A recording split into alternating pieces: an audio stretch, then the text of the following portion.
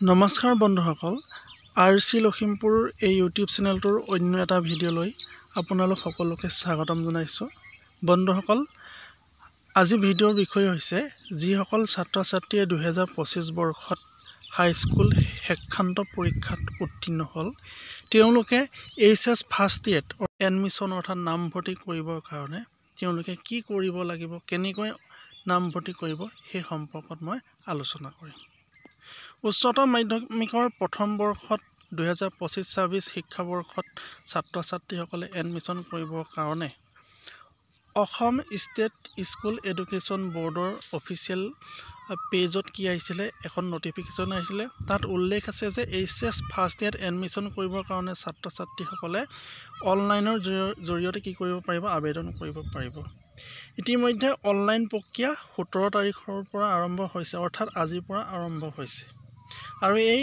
Online আবেদন প্ৰক্ৰিয়াৰ অন্তিম তাৰিখ হৈছে 24 এপ্ৰিল 2025 তাৰিখ গতিকে এই সম্পৰ্কত নটিফিকেশ্যনখনৰ সম্পৰ্কত মই আৰচি লখিমপুৰ ইউটিউব চেনেলত এটা ভিডিঅ' দি থোৱা আছে গতিকে যিসকলে নাই চোৱা সেই ভিডিঅ'টো চাই লওক তাৰ পাছতে এই ভিডিঅ'টো চাবলৈ আৰম্ভ কৰক গতিকে আহক আজি ভিডিঅ'টো আৰম্ভ কৰোঁ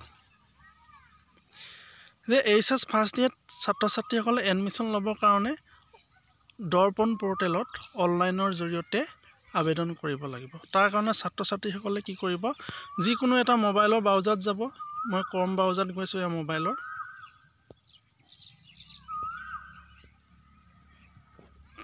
এই ক্ৰম ব্ৰাউজাৰত গৈ পিনে মই কি কৰিম যেহেতু মোৰ নেটটো স্লো হৈছে ইয়াত মই টাইপ কৰিম মানে Assam higher secondary education council এটো এনেকৈ মই সাৰ্চ কৰিছো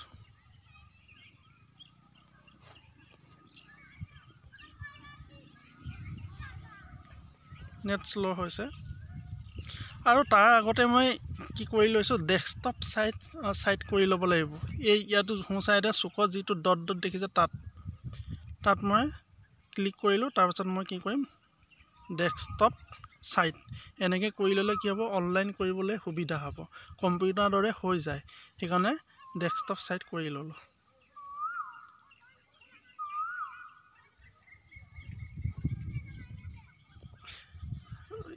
অলপ আগত নেটটো আছিল কিন্তু নেটটো এতিয়া পোৱা নাই সেইকাৰণে স্লো মাৰিছে ইয়াৰ পাইছে ডেস্কটপ সাইট কৰাৰ পাছত মই কি কৰিলো AHSEC অফিচিয়েল ৱেবছাইট অৰ্থাৎ আসাম হায়াৰ সেকেন্ডাৰী এডুকেশ্যন কাউন্সিলৰ অফিচিয়েল ৱেবছাইটত মই এটা কি কৰিম ফাৰ্ষ্ট লিংকটোত ক্লিক কৰিলো ক্লিক কৰি দিয়াৰ লগে লগে আমি নতুন এখন মেনু দেখা পাম এয়া আহিছে অসম উচ্চতৰ মাধ্যমিক শিক্ষা সংসদ এই সব ডিটেইলছ আহি গৈছে মই স্ক্ৰল ডাউন কৰি গৈ আছো মানে ওপৰলৈ দি গৈ আছো তেতিয়া তলৰটো ওলাই গৈ থাকিব ইয়াত ওলাইছে যে ইয়াত আসাম হায়াৰ সেকেন্ডাৰী এডুকেশ্যন কাউন্সিলৰ ই সাৰ্ভিস প্ৰথমটোত নালাগে জিনটো মাজত আছে মাজত এটো click here online admission Darpan portal for the session HS first year 2025 to 2026 ইয়াত কি কৈছে 2025-26 বৰ্ষত এইচএছ ফাৰ্ষ্ট ইয়েৰ যিসকল ছাত্ৰ-ছাত্ৰী মানে এডমিশন কৰিব তাত কি কৰিব লাগিব দৰ্পণ পোৰ্টেলত তেওঁলোকে ইয়াত মাজৰ অপচনত প্ৰথম লাইনৰ এটো মাজৰ অপচনত ক্লিক কৰিব লাগে মই ক্লিক কৰিছো আপোনালোকে দেখিছে ক্লিক কৰি দিয়া লগে লগে ইয়াত দৰ্পণ ওলাইছে লেফট হ্যান্ড সাইডৰ কৰ্নাৰত দেখিছে দৰ্পণ ওলাইছে আৰু ইয়াত লিখা আছে Assam state school education board division 2 এটো ষ্টুডেন্টৰ কাৰণে ইয়াত দিছে কি বুলি দিছে portal for student application submission from 17 April 2025 to 24 April 2025 অৰ্থাৎ এটো কিহৰ কাৰণে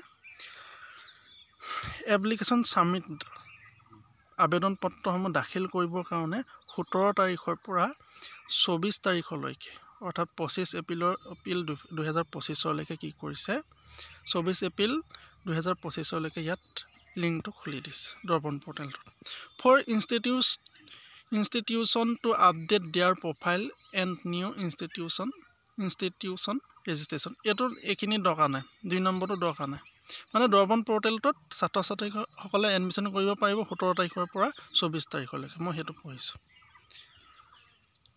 ইয়াত আছে ষ্টুডেণ্ট এডমিশ্যন। আমি কি কৰিব লাগিব ইয়াত প্ৰথমতে ষ্টুডেণ্ট এডমিশ্যনত ক্লিক কৰিব লাগিব। এয়া মই ক্লিক কৰিছোঁ। ক্লিক কৰি দিয়াৰ লগে লগে কি ওলাইছে, নতুন এখন পেজ ওলাই গৈছে। যিসকলে দৰ্পণ পৰ্টেলৰ ৰেজিষ্ট্ৰেশ্যন কৰি থৈছে তেওঁলোকৰ কাৰণে এই পেজটো, বাকী নতুনখিনিৰ কাৰণে নহয়। নতুনখিনি এইবোৰ চাবলৈ দৰকাৰ নাই,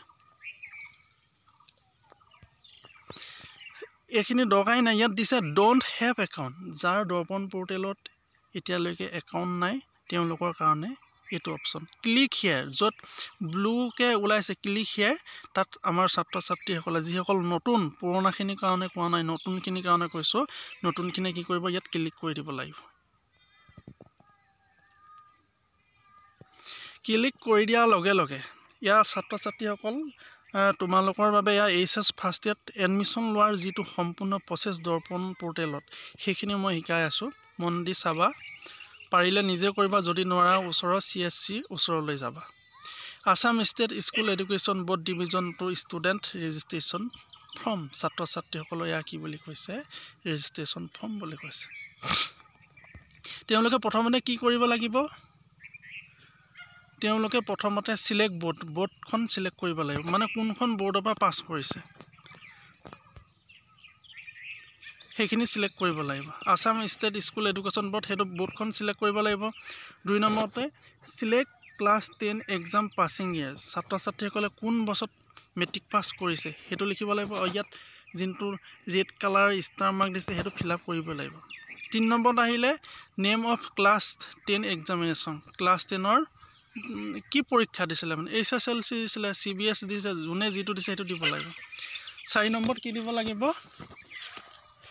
4 নম্বৰতে ইয়াত আছে যে ৰোল অফ ক্লাছ 10 এক্সাম, যে ক্লাছ 10ত যি এক্সাম আছিলে, এক্সামৰ ৰোল নাম্বাৰ আছিলে, সেই ৰোল নাম্বাৰটো দিব লাগিব। 5 নম্বৰত আছে টোটেল মাৰ্কছ, মানে মেট্ৰিকত কিমান নম্বৰ পাইছিলে, এয়া ক'ত থাকিব, মাৰ্কশ্বিটখনত থাকিব। 6 নম্বৰত আহিলে মাৰ্কছ অফ 10, মানে কিমান মাৰ্কছ পাইছিলে সেইখিনি দিবই লাগিব। টোটেল মাৰ্কছ মানে 600 হ'ব, আৰু কিমান মাৰ্কছ পাইছে, নিজে মানে পৰীক্ষাত কিমান পাইছে সেইখিনি দিব লাগিব। তাৰপিছত পাৰ্চেণ্টেজ, টোটেল মাৰ্কছটো 6 ডিভাইড কৰি দিলে যিটো মাৰ্কছ হয় সেইখিনি পাৰ্চেণ্টেজ, সেইখিনি দিব লাগিব। 7 নম্বৰত আহিলে get secure in class 10 exam, কিবা গেট পাইছে নেকি, গেট মানে এইবোৰ গেট, কোনোবাইতো মাৰ্কছ কমিলে মাৰ্কছ প্লাছ হয় নহয়, সেইখিনি তাত দিব লাগিব। 8 নম্বৰ আহিলে ফুল নেম, ষ্টুডেণ্টৰ ফুল নামটো লিখিব লাগিব, আৰু তাত কি আছে, মেট্ৰিকৰ চাৰ্টিফিকেটখনত যিটো ফুল নাম আছে সেইটো লিখিব লাগিব, চাৰ্টিফিকেটত থকা মতে। 9 নম্বৰ ডেট অফ বাৰ্থ, ক্লাছ 10ৰ চাৰ্টিফিকেটখনত যিটো ডেট অফ বাৰ্থ আছে সেইটো তাত এণ্টাৰ কৰিব লাগিব। 10 নম্বৰতে আহিলে মাদাৰ্ছ নেম, চাৰ্টিফিকেটত মাৰ নামটো যি আছে তোমালোকৰ সেইটো লিখিবা। 11 নম্বৰত ফাদাৰ নেম, দেউতাৰ নাম যি আছে চাৰ্টিফিকেটত সেইটো লিখিবা। 12 নম্বৰত আছে গাৰ্ডেনছ নেম মানে তোমালোকৰ দেউতাৰ নামটো দি দিব পাৰা, বা ওচৰৰ কোনোবা নামো দিব পাৰা। ইমেইল ID এটা লাগিব, অপশ্যনেল দিবও পাৰা, নিদিবও পাৰা। 14 নম্বৰ আহিলে মোবাইল নাম্বাৰ দিব লাগিব, আৰু মোবাইল নাম্বাৰ কি দিছে, admission update will be sent via SMS through this mobile number. ইয়াত কি হ'ব, এডমিশ্যনৰ সম্পূৰ্ণ আপডেট মোবাইল নাম্বাৰ জৰিয়তে যাব, গতিকে মোবাইল নাম্বাৰটো দিব লাগিব। আৰু 15 নম্বৰত কি আছে, 15 নম্বৰত মোবাইল নাম্বাৰটো দিয়াৰ পাছত ইয়াত কি কৰিব লাগিব, এটা OTP যাব, সেই OTPটো ইয়াত কি কৰিব লাগিব, এণ্টাৰ কৰিব লাগিব। ছাত্ৰ ছাত্ৰীসকল, তোমালোকে নিশ্চয় দেখিলা যে দৰ্পণ পৰ্টেলত HS ফাৰ্ষ্ট ইয়াৰত এডমিশ্যন ল'বৰ কাৰণে কেনেকৈ ৰেজিষ্ট্ৰেশ্যন কৰিব লাগে। এই ৰেজিষ্ট্ৰেশ্যন কৰাৰ পাছত যিখিনি পদক্ষেপ আছে, যিখিনি ষ্টেপ আছে, সেইখিনিৰ বিতং বিৱৰণ পৰৱৰ্তী ভিডিঅ'ত তোমালোকৰ বাবে RC লখিমপুৰ এই ইউটিউব চেনেলটোত মই পুনৰবাৰ আপলোড কৰিম। গতিকে ভিডিঅ'বোৰ কণ্টিনিউ চাই থাকিবা, স্কিপ নকৰিবা, নহ'লে স্কিপ কৰিলে বুজি নাপাবা। আৰু পৰৱৰ্তী খণ্ডত মই ভিডিঅ'ত বা পৰৱৰ্তী ভিডিঅ'ত মই কি দেখুৱাম তোমালোকে দৰ্পণ পৰ্টেলত কেনেকৈ নিজে এডমিশ্যন কৰিব পাৰিবা এইচএছ ফাৰ্ষ্ট ইয়াৰ তাৰ বিতং বিৱৰণ লৈ আহিম গতিকে এইটো ভিডিঅ' তোমালোকে কেনেকৈ ৰেজিষ্ট্ৰেশ্যন কৰিব লাগে তাৰ সম্পূৰ্ণ তথ্য লাভ কৰিব পাৰিলা বুলি মই আশা কৰোঁ গতিকে আজিলৈ আহোঁ নতুন ভিডিঅ'ত তোমালোকক লগ পোৱাৰ আশাৰে সকলোলৈ মই ধন্যবাদ জনালোঁ